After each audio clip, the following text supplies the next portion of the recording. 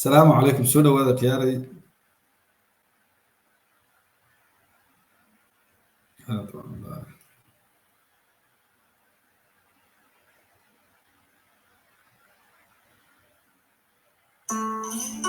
Yasser och hans chef har ingenting att bra.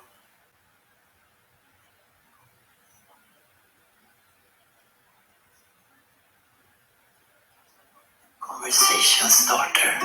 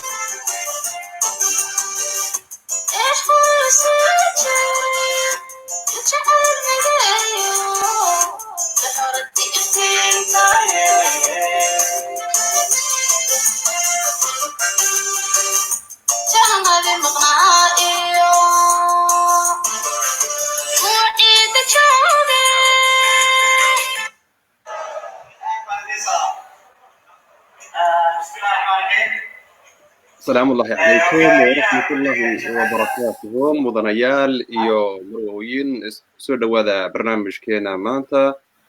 cawayska heegan barnaamijkeena maanta daawadayaal meel kastoo dunida nagala socotaan waanu idin soo dhawaynaynaa waxaanu idin leenahay fiid wanaagsan subax wanaagsan goor walba wanaagsan barnaamijka waxaa marti inoogu ah professor maxamuud ugaas ciwaankiisana sidaad ku aragtaanba waa xaaladaha kala guurka iyo xaaladaha kala guurka Ethiopia iyo Somali State waxaan filayaa professor maxamuud ugaas in uu si weyn ugu falanqayn doono xaaladaha dhabta ah ee ka jira Somali State ama Ogaadeniya iyo Ethiopia professor maxamuud ugaas waxa uu kamid yahay ergooyinkii ama wufuudii dalka dibadiisa toddobaadadii lasoo dhaafay dib ugu noqotay sida weyna u indhaynaysay xaaladda ka jirta waddanka Ogaadeniya iyo welibana waaqica dhabta ah ee uu ku sugan yahay Ogaadeniya iyo Ethiopia labaduba professor maxamuud ugaas saacadahan soo socda ama daqiiqadahan soo socda ayaan rajaynaynaa in uu hawada soo geli doono mudanayaal iyo marwooyin idinkuna sheerta iyo walibana commentiska su'aalaha intuba way idin furan yihiin waxaana filayaa su'aalihiina hadda waxa macquul galka ama waqtigu nagu simo in uu professor maxamuud ugaas uu ka jawaabi doono soo dhaweyn wanaagsan ayaan idin leenahay mar labaad iyo mar saddexaad ba dhanka farsamada mudane axmed heegan ayaan filayaa inuu si aad iyo aad ugu horeeyareystay hadday heesa noqoto iyo hadday su'aalihiina kuwa active ka noqotaba uu shaashada inoo soo dhigi doono waxaan idin leenahay soo dhaweyn wanaagsan meel kasta oo dunida ka joogtaan mudane axmed heegan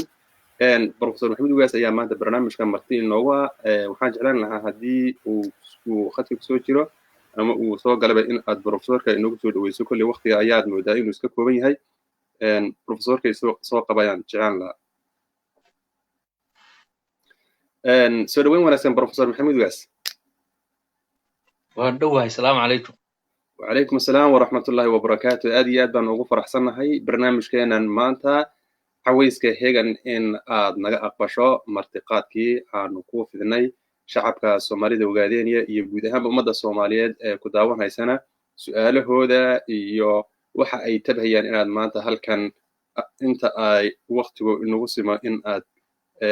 aad kula socodsiisa ayaanu jecel lahay professor maxamuud ugaas waxaan su'aasha ugu horeysa jecelahay inaan kugu soo dhaweeyo ay tahay socdaal ayaad ka tagtay dalka Canada gudaha Ogaadeniya ayaa tagtay bal si kooban xaaladaha gudaha Ogaadeniya maadaama aad muddo ka maqnayd waxaan jeclaan lahaa bal inaad waxaad ku soo aragtay iyo qaabka ay bulshada Soomaalida Ogaadeniya ay ku sugan tahay in aad nala wadaagto warbixin ku saabsan arrintaas وهتاي وارن في عنه إنه قبل لا بقى وحاوي وقت أنا وين تشيلنا إن هذا الله يدمر aad iyo aad الحالين يراه أنا فهمت بالعرفتي observation بالي هذا مركا هذا اسكاس عضاد إن ديني وحدات كاد ورساني نولش وذات إيجي معلوش كشرت الرواب كا dadka jawrooda tayada iskuulada jaamacada wixii baad maraysa 13 degmaan soo maray laba jaamacadood iyo ilaa 4 iskuul baan dhex galay maamulada degmooyinka 3-4 ka mid aan dhex galay odayaasha iyo hooyooyinka iyo dhalinyarada waan la sheekaysanayay waan warsanayay dadka guud ahaan niyadoodu aad bay u sarreysaa oo xagga wacyiga siyaasiga ah ismaba aanan lahayn saasay u bisil yihiin oo taa waxaad odhan doontaa haddaan ka hortago qorshayaashayda dambe hadal iigu jiray macnihii wacyigelin badan oo dhanka hogaaminta iyo siyaasadda way ka bisil yihiin qaar baa inaga horeeyaba laakiin xagga nolosha ijtimaaciga ee bulshada ee hoose yaan aad iyo aad uga soo samroon sida armay baan hagaagi karin haddii noloshoodu sidan waxaa ka mid ah buundada shaygoosh markaan hadda marayno kale way duntay waadi weyn baana meesha ku yaala dhibaato badan 2 bilood iyadoo dunsan baan marnay markaan dadweynihii weydiinaan nidhi dhibaatada ugu badan ee buundadan inuu ku hayso maxay tahay rag waaweyn oo su'aasha aan weydiinayno rabnay bal inay si caqli uga jawaabaan waxay dhaheen jaadkii baa naga kala go'ay marka waad ka naxaysaa macnihii buunda go'day oo waddanka dhan kala xidhay 6 gobol iyo 4 gobol u kala xidhay inay lagu nasbeeyo jaad baa naga kala go'ay dadkii aad baad u nixiba moogta waan kasii soconnay degmooyinka kale marray niman baa waxay yidhaahdeen shalay waxaan aragnay bay dhaheen 30 nin oo booliis oo qoryo wadata oo 20 nin dabada ka wada war maxaa la xidhayaa nimanka maxaa dhacay maya islaan habeen hore dhimatay baa yaa lagu khasbayaa inay xabaalaan waa cajiib waa mas'alo diini ah oo dhaqan aynu u lahayn in la isxabaalo ayaa dadka qaarkood tuulooyinkeenna ay gaadheen in lagu khasbay inay xabaalaan maxaa yeelay gelinka dambena jaad bay u fadhiyaan gelinka horena way qaadiraysan yihiin berri baan xabaalaynaa bay iska odhanayaan يعني dhowr tusaale dhacdo yaroo noocaas inay yar tahay baa loo malayn karaa laakiin macna wadaan baa ku jira yaana in la wadaagaya idinkoo raalli waxaan tagay jaamacadii qabri daaraan tagay wiil yaroo nanu isri da'diisu waa 9 jir oo hortaagan baan warsaday adeer maxaad dhigataa jaamacaddan aan dhigtaa bay hortaagan ma adigan baa yaa waad ku ciyaaraysaa imis jir baad 15 oo iskuulka miyaad dhamaysay 10 grade 10 baa lagu dhameeyaa oo markaasaan galay haye imsaad dhiganaysa jaamacadda sanad biochemistry ma taqaanaa baan ku edhi ilaahay amarki kaasuu biochemistry waa maxay waa ilmo 9 jir u eg oo 15 jir ah oo jaamacaddii dawada sanadkii koowaad dhiganaya oo 3 sano kadib la rabaa inuu dhakhtar noqdo biochemistry ma garanayo jaamacaddu waa hore u sii galay kalaasyada intaan kuraas lahayn baa badan inta kuraas lahayn kuraastoodu way jajaban waa cajiib wey dad badan oo taagtaagan oo shaha cabaya waddada kusii maray warwaaka roobkii daahaya beerihii iyo miyaad aadaan oo doormaad wax beeranaysa waxay dhaheen niman magaca u sheegeen reer qalaafa nimankii baa la waayey oo lama hayee dhaheen beeraba ma beeran karo oo iyo yani dad inay ku shaqaystaan oo wax u beeraan bay raadinayaan dadku waa taagtaagan yihiin shaan baa la cabaya waa cajiib wey police station baan tegey dad badan baa hortuban dadkii baana maxay hortuban yihiin say dhaheen dhul baa laisku wada haysta oo dhulka dabeetana haddana dhaar baa diyaar loola wada yahay in la dhaarto dhulka in la leeyahay magaalo dhan oo wadda loo maro gurihii waaweynaa ee daaraha la dhisay yaad yaabi oon jirinba waddadii baa la wada dhistay booliskii baan u tagay ninkii OB-ga fadhiyo waxaan ku yidhi war waa maxay xaaladani wuxuu yidhi maalin walba 12 qof baa istooriyeysa buu yidhi oo dhul isku tooriyeysa oo dhaaran mid walba oo qoyskiisii la sifan waa cajiib wey carruurta markaan sii dhex marayay baan dhegeysanayay hooyadaa waxaa ku samee 12 jeer bay dhagtaada ku dhacaysaa halkii daqiiqaba yani hooyo la caayna hadda meelaha dibadaha ka nimid lama yaqaan waaba dembi dhaqankii hooyada weli la caayahay wuu ka jiraa waddanka waxaan arkay ilaa dhowr iyo 10 bisadood ama ay la eriyayo carruur eriyayaan oo dhagax lagu tuurayo oo la dilahayaan arkay wax la filayayba ma aha yani markaad nooca nolosha aad u fiiriso yani dadka ma shaqaysanayaan shaqa ma aadayaan caydii way iska socotaa tuuridii baa socota dhaartii beentayd baa socota waxbarashadii taya male dadki waa marka aragtida aad ka qaadanayso waxaa weye dadka wacyigoodii iyo noloshoodii iyo inay meeshaynu ku ogeynay meel ka xunba ay gaadhay oo dhaqan jirin oo diin jirin oo islaamnimo jirin yani imise sane inagu qaadan doontaa in waxaa la dhiso yani taasaan rabaa inaan horta hormariyo intaana su'aalaha iyo barnaamijyada kaleeta u gelin wagaag isla gudaha ogaadeenayan baa ku jira iyo socdaalkaagii waxaan arkaynay muuqaalo kooban ood la wadaagaysay odayaal xilli hore soo kiin dambaysay aad gudaha ogaadeenaya kula kulantay waxaan filayaa socdaalkaagana hadda aad ka warbixisay inta badan macluumaadkiisii gaar ahaan pointiska aad noogu soo koobtay aadkii aad runantii uu saamaynta u leh ama wax la taaban karo u ahaa ayaan filaya inaad noogu soo koobtay professor maxamuud ugaas dadka noocaaseed waxa aad ku soo aragtay noocan ah ka aqoon-yahan ahaan qaabkeed is leedahay dadkaas waa lagu soo dhaqan celin karaa waa tahay waxyaabahan arkay waxaa ka mid ahaa magaalada dhanaan oo kalaan tegey meeshii u dambayseen waddanka ka soo cararay bay ahayd ceel waktiga aan u qodnay oo anu aan gacanteyda ku jabiyo galay markii u horreysay oo booyado looga dhaaminayey oo la isku qabsaday qoladii laagada ahayd ee goday joogtay oo boolisku isku laayeen yaa markuu muddo u shaqaynaya abaarihii lagaga baxay iyo show laagtii soo rogmato way caasantay sheeko dhanaan oo aad u weynaatay intii aad uga weyn weli waxay taagan tahay waan biyo la'aana ceelkii noo qoday taagan yihiin adaa waagii jabiyey haddana ciidan noo raadi oo noo qodo oo ceelkii waan biyo uga baahanay marka yani 20 sanaana ka soo wareegtay ceelkii ma qodan karaan dowladda u qodana ma ay joogto ciidan kalena male dhanaan saas u biyo la'aada weli inta yani roob ilaahay keena mooyaane ma laha dhanaan biyo iyo tuulooyin badan oo kaleeta marka dadka sida wax looga qaban karaya waxaa weeye barnaamijkan campaignka ee doorashooyinka onlf ay gelayso in la sameeyo daraasad joogto ah iyo wacyigelin lagu sameynayo wax la yidhahdo resource mobilization iyo community sensitization iyo maaragtay resource mapping yani inay ka horeyso saddexdaa qodob waan qeexi doonaa haddii waqti la isiiyo waqti waad haystaa professor waxa weeye dadka khayraadka ay leeyihiin oo ay ka mid tahay dadka waxbartay ama farsamo yaqaanada ama culumaa diinka ah degmo waliba inay tira koobato kow oo ay soo qorto kaadir badan baynu leenahay askarteena meel walba joogta xafiisyaal la furay dadkaas way bisilyihiin waa laga hawlgelin karaya waxay qori marka inta beerood inta aage la beerto inta laage biyo ka daacda beeraha waraabisa inta webi iyo xabkaha iyo xoolaha ay nool iyo tira koobayaan way soo qiyaasi karaan markay qiyaasaan dadkii waxbartanay soo qiyaasaan ayay dadkii ula imanayaan marka filayn dawlad maxaad wax uga sugaysaan waxaan oo dhan oo khayraad aad leedihiin dadkan waxbartay culumaa diinka farsamo yaqaanka tacliinta lana waad leedihiin isku tashado programyo sameeya oo dabeetana dawladdii waxa yareed uga baahan tahay inay ku kabaan sida farsamada gacanta cagafyadii keliya weydiista qorshayntuna saasay ku timaadaa marka waa inay onlf campaignka electionka intayna gelin ay resource mapping resource mobilization iyo community sensitization ay geliso oo khayraadkii oo tira kooban dadku faa'iidadu u leeyahay sida dadkooda waxbarta uga faa'iidaysan karaan in yaroo technology unbay uga baahan karayaan programyadii inay taa la geliyo weeye dadka yani wacyi siyaasiga wuu dhisan yahay oo xisbi aan hadda onlf inay dooranayaan maba moodaysid iyaga kaaga horreeya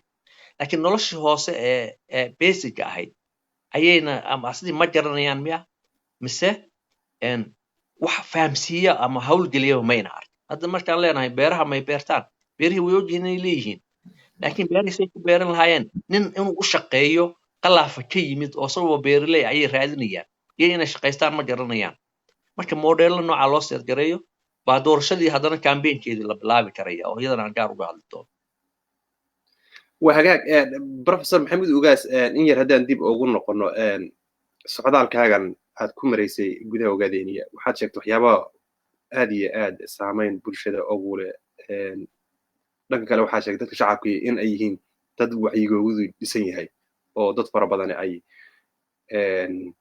markaad la sheekaysato aad arkaysa inay dad nool yihiin xaggee iska qaban la'dahay dadkan wacyigiisii dhinta iyo dadkan aad moodo in ay weli ku sii jirto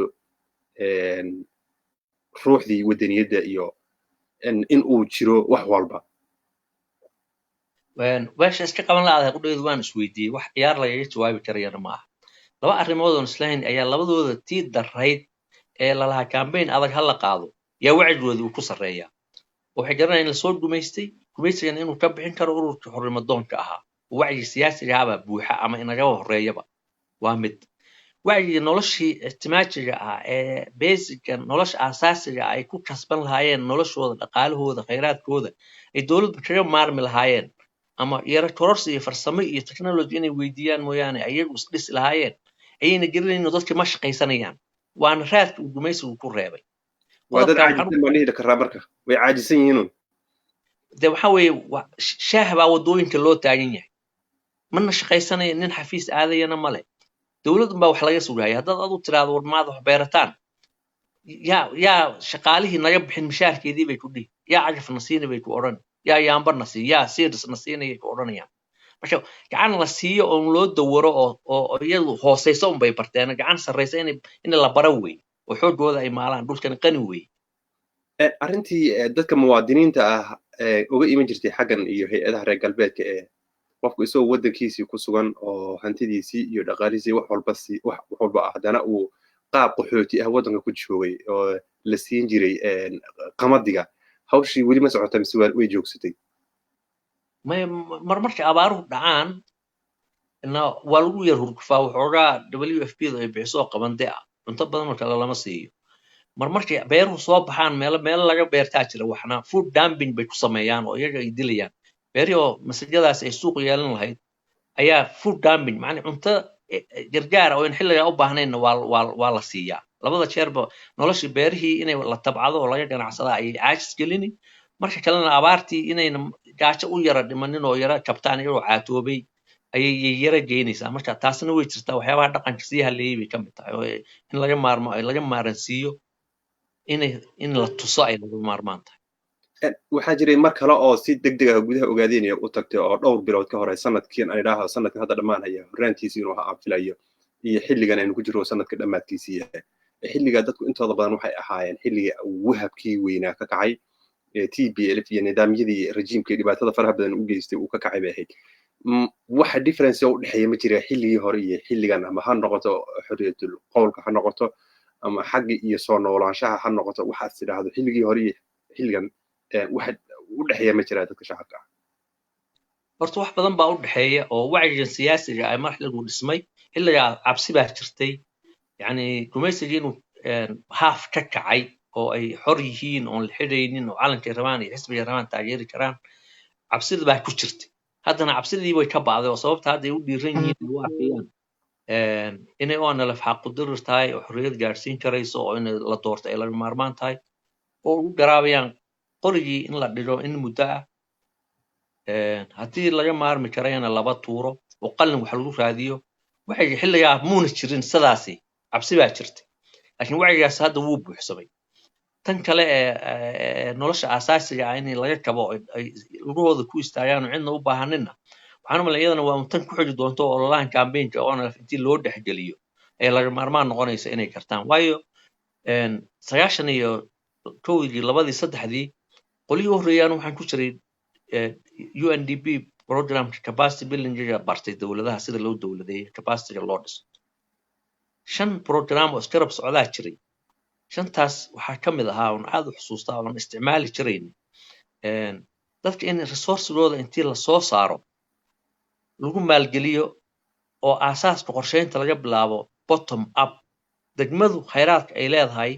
markay aragto in khayraadka si u isticmaali lahayd u faa'iideysan lahayd u dhoofsan lahayd wax u tar loo faa'iideeyo degmadu u gudbiso zoonka kililka u gudbiyo kililka adhisaba mashaariicda ku daro oo mashaariic la maalgelinayo horumarineed oo shaqaalihii leh oo wax soo saarkii leh oo dhaqaalihii kobcaya in la geliyo proposalidii u horreeyay dhowr boqol milyan oo dollar aan ku gudbinay budgetka waan laga diiday waxaa la yidhi intaasoo dhaqaala ma soo saari boqolkiiba 30 baa la rabay inaan anagu soo saaro marka wacyigii nooca ah in la soo celiyo oo qorshayntii bottom up laga dhigo oo kililkan uuna hadal haynin sharcina ah maamul autonomy uu awood u leeyahay dadkiina la geliyo la yidhaahdo dhaqaalahaas haysaan soo saarta oo khayraadkiina laydinku maalgelinaya qorshayntan halkaa laga bilaabo ayaa laga maarmaan noqon doonta insha allah laakiin dowladnimo ay u yara baahanta in yani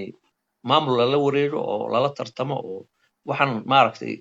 qashinkee meesha isugu yimid la dhaafiyo waa laga maarmaan waxaan bal isla su-aal ku saabsan nidaamka qorshaynta iyo dowladda Somali State ayaad beryahan aad ku sugnayd horeyna nidaamkan qorshaynta experience ama khibrad dheer baad u leedahay markaad fiirisay laamaha dowladda Somali State ama heer gobol ama heer degmo ha noqotee ma u muuqataa dadkan shacabka dhibaatana aad sheegayso ka bixinaya ama la filayo inay mustaqbaliyan ku taagan yihiin wadada dadkan dhibaatada kaga bixi lahaayeen waxaad moodaa dhalinyaro civil service ku soo baratay wax iyagu dhoodu kuwan aan sagaal jirka jaamacadda kaga qalin jebinaya oo meedhan ah yaa wasaaradihii heer gobol heer degmo wixii haysta saddex wasiir baan la kulmay oo heer deegaana ilaa iyo 8 heer gobol goday iyo qabridaar ay ka mid ahaayeenna waan wada arkay mid walba su-aalahan weydiinaya waxaa weeye degmo hebel liiska waxyaabaha aad survey siisa ma ku jirtaa haabu ku dhihi maxaa resource oo ay haysataa human capitalka tiradeeda ma sheegi kartaa human capital hadduu yani ninkan wasiir gobol u yahay zone u yahay waa inuu yaqaano inta jaamici iyo inta dibloma inta high school shaqaalaysan inta farsamo yaqaan tira waa inuu kuu sheegi karay wuxuu ku leeyahay hawlahaas maamulka shaqsiyan baa ku odhanaya ka daacadii kalena wuxuu ku odhanaya hadda yani waa sir dowladeed ma bixin karo iska gaadhi oo lagu qufulay inuu waxba siin karin marka qorsheyn aasaas hoose laga soo bilaabay iska daayay isaga xafiiskiisa baanu garanaynin buu waxa uu ka shaqaynayo baajiyad baa jira xafiisyo waaweyn oo kuraas waaweyn kombiyuutarro leh oo gabdho shaqaale ka dhex muuqdaan oo moodo inay sekretariyad yihiin baa jira sekretariyaashii baad la hadlay su-aal yar baad weydiinay way kaas jeesan ma oona laf baa tahay waxba kuma jawaabi karay ku odhanaysa dowladdii waxaad moodaa inay xisbi kale uu yahay dowladdii waxaanu adeegaysay yaad moodaa inuu xisbi kale yahay waxaan laga dhaadhiciyay agaasimayaasha oo dhan in la bedeli shaqaalaha oo dhan la bedeli bitooniga ka waxaara in la bedeli haddii oona laf ku guulaysato sidaa darteed annagaan ina bedelaynin annagana doorta waxa noocaa laga dhaadhiciyay waana lafna kaabineetka siyaasiga ee la doortay waxaana inay bedeli ma jirtee agaasimayaasha way haysan waa la dhiirigelin boonasiyaa loo qori training baa la siini waxaa loogu turjumaani boonooyinkooda af soomaali iyagii baa lasii dhiirigelin doona see loo bedeli dadkii waddanka ku hadhay ee shaqaynayay ee dowladdeena sii hayay ee muhiimka ah civil servantska aawey taasayna garanaynin kan waxyaabay ka mid tahay su-aasha aan jecelahay kale ku saabsan ee xasuusi waxay ka mid tahay boonasyada iyo waxyaabahaasi dastuurka waddanka Ethiopia waxaa la sheegaa in uu ay qoomiyad walba xaq u leedahay professor may masha waxaan ma telefoonka ka dhacay professor Maxamed Wiyaas waxaan jecelahay inuu mar labaad hawada kusoo laaban doono oo telefoonkii waa dhacay mise laptopkii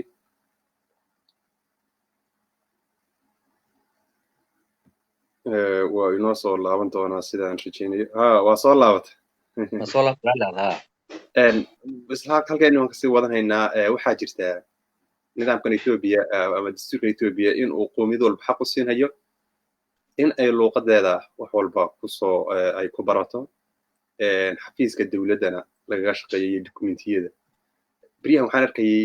dad fara badan oo sharcigoodii warqadda dhalashada ha noqoto ama marriageka ha noqoto ama ha noqoto kaarkan la yidhaha aqoonsiga ID-ga mustabaqada in ay axmaari uu ku qoran yahay adiguna waxaad sheegaysaa xitaa warqadii canshuuraadku inuu axmaari ku qoran yahay arrintan waxa ka jira mise waxa weeyaan hawl waxaa aan dhammaystirayn oo wuxuu haafaaf yahay labada qof xafiiskooda fadhiya mid walba tuu doono wax ku qorayo waxaan kasoo bilaabay in yar qodobka waa yar faahfaahinayaa 91 manhajka markaan turjumaanaynay waxaan qandaraas loolan u dalay dokumentiga lagu shaqayn doono ee dowladda oo dhan inaan iyadana turjumaano waxaa la yidhi maamulkiinu ha abruuf gareeyo dowlad ha la doorto baarlamaan ha la sameeyo markii la sameeyey baan cabdullaahi maxamed saacidi ka saxiixnay in la bedelo dhammaan boonooyinka lagu shaqeeyo foomamka lagu shaqeeyo xafiis waliba wuxuu leeyahay intake information buu leeyahay processing information buu leeyahay documentiyo lagu shaqeeyaa jirta af xabashi way ku wada qoraayeen waxaan ku bedelay xilliga af Soomaali millions baa ku baxay xafiis walbana waa loo qaybiyey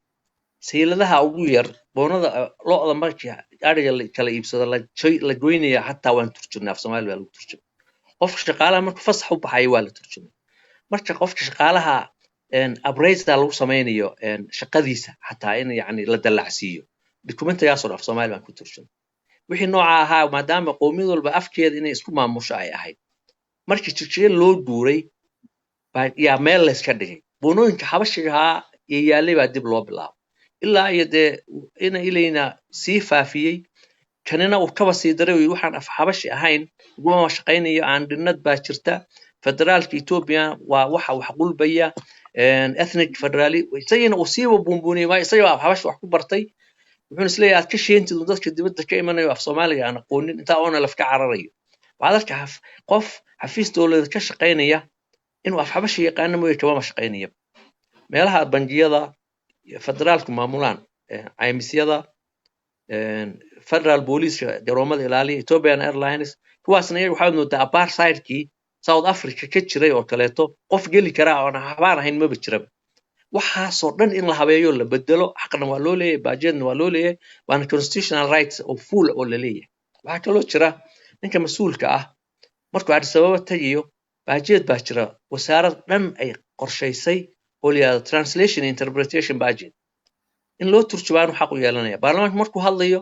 ama golaha wasiiradu hadlayaan ama madaxweynayaasha hadlayaan laga hadashan af walba oo rabtaa lagu turjumaya marka hadlaysana waa saas kaleeto waa lagu afkiina waa lagu afcelin marka qoladan baa dhibaato ka dhigtay af xabashi moodaysa inay uu yahay luqadii gobolka luqadiisa iska leh luqadda federaalka marka xabashi taayna turjumaan baa xaq u leedahay waa sidaas وهاك jabhadda wadaniga xoreynta Ogaadeniya ayaan u galaynaa iyo shirweynaheedii ka qabsoomay magaalada Goday shirkaas waxaad ahayd wufuudii ka qayb galaysay muddo socday bal waxaan jeclaan lahaa shirkaas barbilow ilaa bardhamaad wixii suuragal ah in aad la socodsiiso qaab uu dhacay xurriyad haday ahayd iyo istaamarin haday ahayd iyo bal qaabka uu dhacayna si fiican shacabka noola wadaagtay aan jeclaan lahaa inaga oo waqtigu nagu gaaban yahay jeclaan doona in aan bal mar labaad Jigjiga ku soo laabano warbixinteenuna u sii dhaafto qaybaha sare ee Ethiopia waan jirtay horta shirkaas Jigjiga markii laga soo anbabaxayo tashuush ku bilaabay laakiin sidoo ku dhamaaday tashuush ma ahayn waan inta u dhaxaysayna waan macnayn doona tashuushka waxa keenayay maamulkii Jigjiga oo soo galiyay barnaamij propaganda oo beena oo uu leeyahay annaga cid gaar ah wadana ku talagalkiisuna ay ahayd in lagu kala jabo beentaas loo soo anbabaxay oo dadkeena oo aad sensitive u ah oo bayr qaba oo dhibaatadii qabiilku wali ay ku dhex jirto ay in badan la boodeen oo sii faafiyeen iyagiina wixii iyaga propaganda ku ahaa ay isku faafinayaan meesha in lagu caqabadeeyay Goday baa la isla yimid Goday golihii dhexe shirkiisii baa isna lead ka soo baxay iyadoo aan ahayn in lead ka soo baxo waxa soo baxday laba nin ay sharaxanta mana ahayn golo markuu dhamaado shirweynaha la hor keeno laba nin ay sharaxan ay sheegaan bay maalmuuna ku darsaday wuu jiitamay beentii la sheegay ka soo baxday baa hadana run loo maleeyay marka shirki markuu bilaabmay si nidaam oo dawlad oo dimuqraadi oo maxraati leh oo dad waliba ay live ka daawanayeen ku bilaabmay kuna dhamaaday la iskuna gacan qaaday la isna cafiyay sidii oo laga filayeen dadweynaha faraxsan ay sameeyeen dabaaldeg gobolada la wada maray beentii ay faafinayeen markuu hirgeli waayay wayii haddana cantartarka bilaabay ilaa hadda TV-yada ka bixi ragii u waaweynaa mas'uulka ah qabiil baa isdoortay qabiil baa la doortay magacan soo jireenka ahaa ee maamulka adduunku yaala hash sumadeeda lagu raadinayo ay haddana ka dhigteen dhibaato marka si guulow ku dhamaaday laakiin tashwiishka bilaabmay inagoon wali aad u bislayn oo sensitive wada ah sensitive waxa weeye weyn nugul lahayo wax yar oo dacayada soo yeeray inaan u dul qaadan karin marka sensitivity-gaas waxay keenaysaa been walba laga fidiyo inaad qaadatid ujeedada bayna lahayd ujeedadiina waa laga gudbay hadda dadka waa mid ah oo walaala ah oo midaysan ayaa soo baxay oo shaqaynaya oo baraarugsan وهاك qorshaha ONLF muxuu yahay hadda la filayo tallaabada xigta in ay qaado tallaabada xigta waxaa weeye horta baarlamaankii ONLF golihii dhexe 15 baa laga dhigay 50 qof oo gobolada iyo degmooyinka laga soo dooran doono oo kaadirkii dhaartay ee dadweynaha ah baa la gelin doonaa 15 qof cod wanaagsan oo go'aan wanaagsan qaadan kara weeye kuwaas hanuunin bay geli diyaar garow bay geli gobolada iyo degmooyinka bay dib u wada aadi oo lolihii doorashada bilaabanaya marka ololaha doorashada wuxuu ka bilaabani degmo waliba inay baarlamaanka ONLF ay dooratay ay khasab noqdaan xubnahan golaha dhexe ma aha laga maarmaan ma aha talana shacabku way ku leeyihiin annaguna talo waan ku leenahay waxa weeye degmadu saddexda qof ee laga dooranayo ee waxna gasha waxna gudda go'aan qaadan karta farta taagna aan noqonaynin degmadeedana xaqa ay leed u soo celini ee siyaasadii shabaada iyo mowqifkeedii iyo political programkeedii waafaqsan ayaa inay soo sharaxdaan ay tahay say ku soo sharaxan lahaayeen baa ololahan hadda 3 bilood 4 bilood soo socota yaa la gelayaa baarlamaanka la soo dooran lahaa oo diyaar ah waa in doorashadu ay dhacdo say u dhici doontana waa gacan uur ku jirta oo bayr badan baan qabnaa oo weligeed Ethiopia oo doorasho hore gashay lama arag 92 mooyaan haddana dad aad u badan oo numberkooda mar shanqadhaan ay ku soo gaadhay 180,000 oo international observers inay imanayaan sanduuq walbana meeshiisa in lagu tiriyo oo live loo geliyo Facebooka oo dabeetana markaasna loo gudbiyo degmada zone ku gudbiso oo waxba la siri karaynin barnaamijkii lagu tala gashanaa ee la qorsheynayo ONLF wax ka seexaysay taas oo haddii hirgasho military ma faragelinayo cidna cid ma siri karto fair and free election buu noqonayaa inkastoo bayrta inuu ay aad u yarta ay aad u badan way adagtahay filayo kulli arrimahaas waxaa jira axzaab fara badan in waddanka Ethiopia ka jirto balse weli waxaan ku guda jiraa daawadayaal gudaha Ogaadeniya ama Somali State ONLF maalin dhexdeed bay soo qaadatay warqadii aqoonsiga electionka xisbi oo kale ayaa ka jira Somali State oo maanta open u yahay in ay ka qayb qaataan doorashada may maqashaa codkaagu aad bay u yaraaday si fiican ma ku maqlaanu Ahmed Heega wax si kaya waan ku maqlaa si fiican ma ku maqlaanu askoo hadaa ni maqlayso si fiican baan adigu maqlayaa دكتورك بحو صلاة وكل وحلا يا تليفون كسر حق عليه إنه علت كان waa sidaa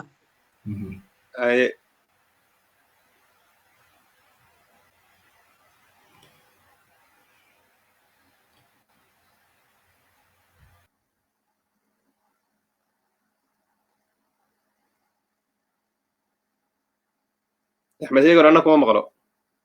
anuu hadda waan ku maqlayaa Axmed هذا ما ماشى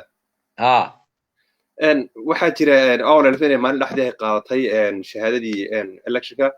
ama doorashada aan idhaahdo bal weli waxaan ku guda jiraa gudaha Ogaadeniya imise xisbi oo haysta maanta shahaadadii xisbinimadka ka qayb qaadashada doorashada ka dhacaysa Ogaadeniya guud ahaan Ethiopia waa imise xisbi horta Ethiopia lama tirin karayo oo inkastoo xisbiyo badan ay waiting list ku jiraan Somali State baa ka wada Somali State ka wax shahaadada la siiyay waxa ka jirta ONLF baa ka jirta xisbigan hadda talada hayana wuu ku jiraa kiuga wuuna qaadan doonaa insha Allah saan filayo inkastoo shuruudihii qaar ay buuxin laayeen mana garanay sababta u buuxin laayeen laakiin ONLF kaliya wax shahaadada ka qaadatay ka jirta okay marka bariya dhexdeed waxaan ka maqlaynaa dawladda waddanka Ethiopia in ay ku soo rogtay shuruudo cusub xisbi walbana la dib ha isu diiwaan geliyo xisbiga Somali State iyo kuwa yaryar ee maalmahan la soo gelinayay ma waxay iyaguna u baahan yihiin in ay si hor la isu diiwaan geliyaan maadaama ay waddanka ka sii jireen goormase la filayaa inay xidhanto diiwaan gelinta axzaabta la bixinayo certificate-kooda xiritaanku waxay ku xiran tahay horta dee doorashada in laga gaadho doorashada in dib loo dhigana aad looma hubo inkastoo haddii dib loo dhigo qodob kale aan ka doodi doono ay noqonayo power sharing wax la dhahaa uu laga maarmaan noqonayo hadda xisbigan maadaama uu hal xisbi inuu tartamo keligii ina dimuqraadiyad ahayn dadkana danba u ahayn oo laba xisbi inay tartamaan ugu yaraan ay fiican tahay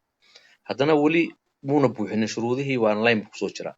laakiin kuwa yaryar ee magacyada yaryar la baxay uma malaynaya inay fulin karayaan shuruudihii waayo iyagii baa 3-4 shaqsi wada ah nin baa hadda la sheegayay keligii ah oo xisbi raba inuu diiwaan geliyo ordaya horeyna xisbi uu lahaan jiray marka waxa weeye xisbigan talada haya waa la filayaa inuu soo baxo waana khasab waqti ay noqotaba laakiin deadline ma jiro haddii ka gaaraan doorashada ka hor way sharaxi karayaan laakiin iyagoo bidan u ahayn inuu short notice lagu siiyo xisbi shahaadadiisa nidaamka doorashada ayaan jeclaan lahaa su'aal kale inaan iyadana aan kaa weydiiyo ra'iisul wasaaraha waddanka Ethiopia ama aan idhaahdo Somali state ama Ogaadeniya madaxweynaheeda ciddaas noqonaysa ama madaxweyne ama ra'iisul wasaare ma shacab baa doorta mise baarlamaan baa doorta ma xagga ta Ethiopia da sare make for example waxaan filayaa way isku xidhan yihiin uun laakiin kaba soo qaad baa Somali state xisbiga u cod badan oo baarlamaanka shacabad baarlamaanka u cod ugu baarlamaan badan ayaa hadduu 51% ka badnaado majority government samaysanaya gudoomiyihiisa ayaana inuu noqdo ay tahay madaxweynaha gobolka inkastoo xisbigan NDP ee hadda talada haya gudoomiyihiisu uu noqonin baarlamaanka hadana laga dhex doorto inta qof ay raba ay sharxi karayaan laakiin nidaamka ONLF ay ku socoto waxa weeye gudoomiyaha xisbiga ONLF oo hadda Cabdiraxmaan Maade ayaa hadduu ugu codbato inuu u sharaxnaado uu gudoomiyihii noqdo laakiin baarlamaanka cod u taagay hadana ay noqon doonto cidii rabaan iska garab sharxi karta oo mar labaad baarlamaanka gudaheeda iska soo sharxi karta waa hagaag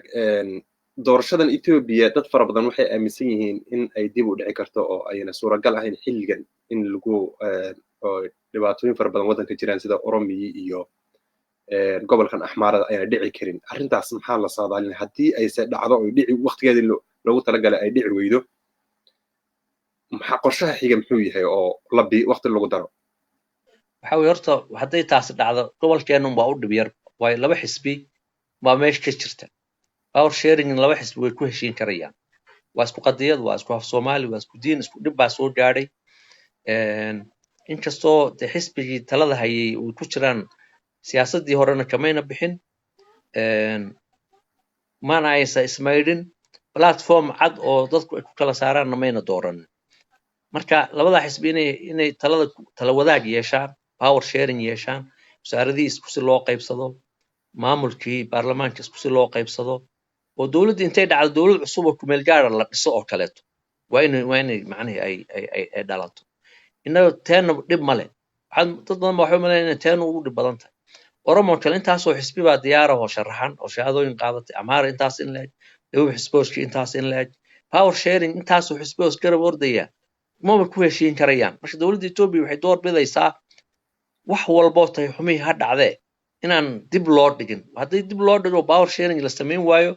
cilad dastuuri ah iman adduunyadu way ka hor imanay dimuqraadiyadda waa meel lagaga dhacaya dadkaasi ma tartami karaan bay noqon hadhow in mid kale xoogay noqon dagaal baana dhalan marka saas u agtahay arrintii inaan dib loo dhigin haddii dib loo dhigo innagu waan ku heshiin karaa power sharing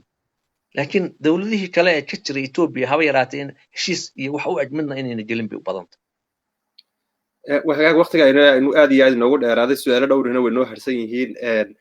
shuruudaha ay buuxisay ONLF maxay tahay ay ku qaadatay shahaadadan electionka shahaadada electionka waxay ku qaadatay xisbi soo jireen uu ahaa markii hore xorriyad ku dagaalamayay political programkiisu saxsan yahay oo meel walba yaallo aan qarsoodi ahayn platform ay ku soo sharaxda leh kabacdi tiradii loo baahnaa inay endorse gareeyaan xubno ka noqdaan buuxiyey waana la wacay dadkii adresyo telefoonay lahaayeen way xaqiijiyeen in xisbiga taageerayaal u yihiin marka 3 gobol ayayna ka buuxiyeen iyo magaalooyin badan oo Dirdhabi iyo Addis Ababa ay kamid yihiin magaalooyinka madaxa bannaan la yiraahdo shuruudahaas ay buuxiyeen marka federal xisbi federal ayaa la sheegaya inuu yahay xisbi federal iyo midka localka ah ee dadku ku wareersan yihiin oo ONLF ay qaadatay maxay kala yihiin haddii aad xogaa ballo faahfaahin ugu samaysid xisbi federal markaad noqotid automatically xisbi loo kaalana waad noqonaysaa way tiradii la rabay iyo shuruudihii la rabay baa kuwii hore ka badnaa laakiin haddaad xisbi loo kaala noqotid ilaa shuruudihii federaalka aad buuxisid ma noqon karaysid federaal marka xisbi federaal ay noqotay macnaha waxa weye labadii shuruudoodba way buuxisay weye la rabay waxaana weeye gobollo kala duwan oo dadka soomaalidu lagu aqoonsan yahay visionkaaga uu yahay inaad xorriyad gaadhsiisid ama aad serviceka rightskooda raadisid wax ka badan oo hal ama laba ugu yaraan laba gobol oo kale inaad ka shaqeyn kartid oo doorashaad kasoo geli kartid macnaheedu dad badan mudane aadano raalli waa kaa dhexgalay dad badan waxay tan iyo shalay social mediaha isku dhex wadaan oo ONLF inay samaysay arrin aan mar raba laga filanayn oo ah dad dhul Soomaaliyeed inay u aqoonsatay in uu yahay dhul ay leedahay canfarto gaar ahaan gobolka city deegaano ka mid ah arrinta noocaas ah maxaad adigu kaga jawaabi lahayd may dhul uma aqoonsanayso inay u dagaalanto xaqa dadka Soomaalida dhulkooda inay soo celiso mooyaan uma aqoonsanayso waxa laga yaabaa tashwiishku inuu ka yimid marka la register gareynayo xisbiga xubno oo aan la fahayaa ka soo galaya oo iska sharaxi doona gobolka canfarta inay u qaateen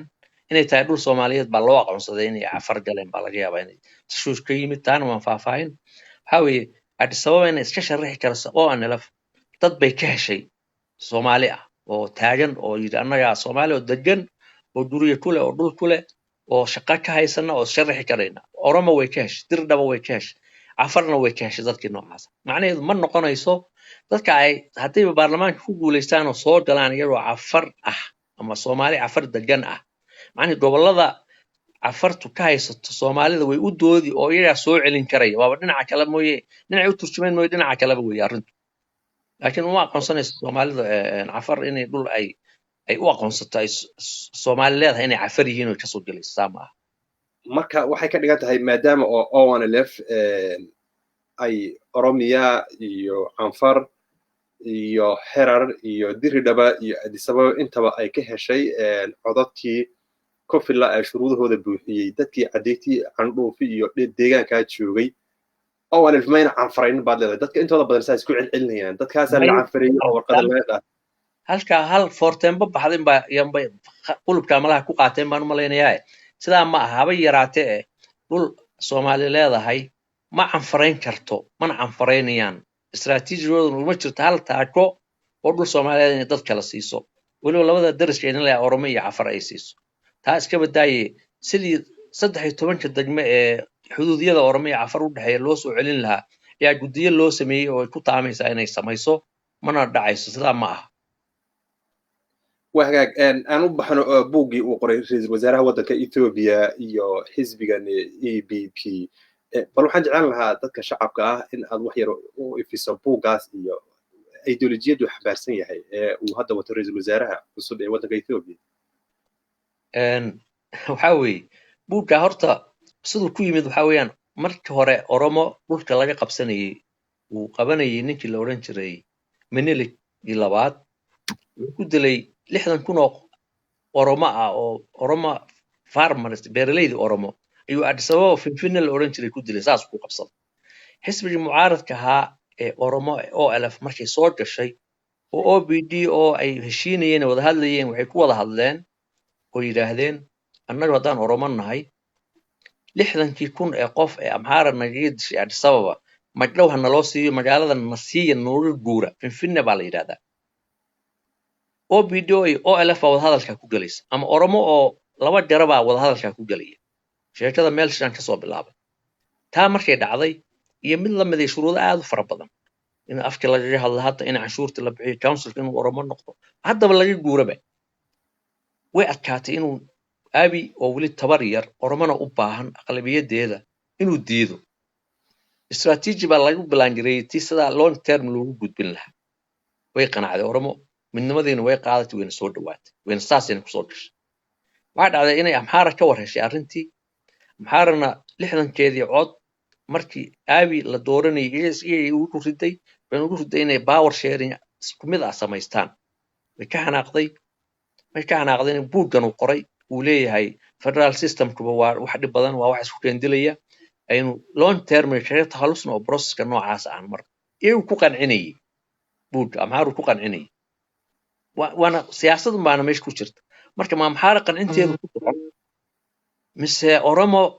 ayuu tabarteeda u baahan yahay raaci lama garan karayo labadaba inuu isku dayo inuu mideeyaa dhici karta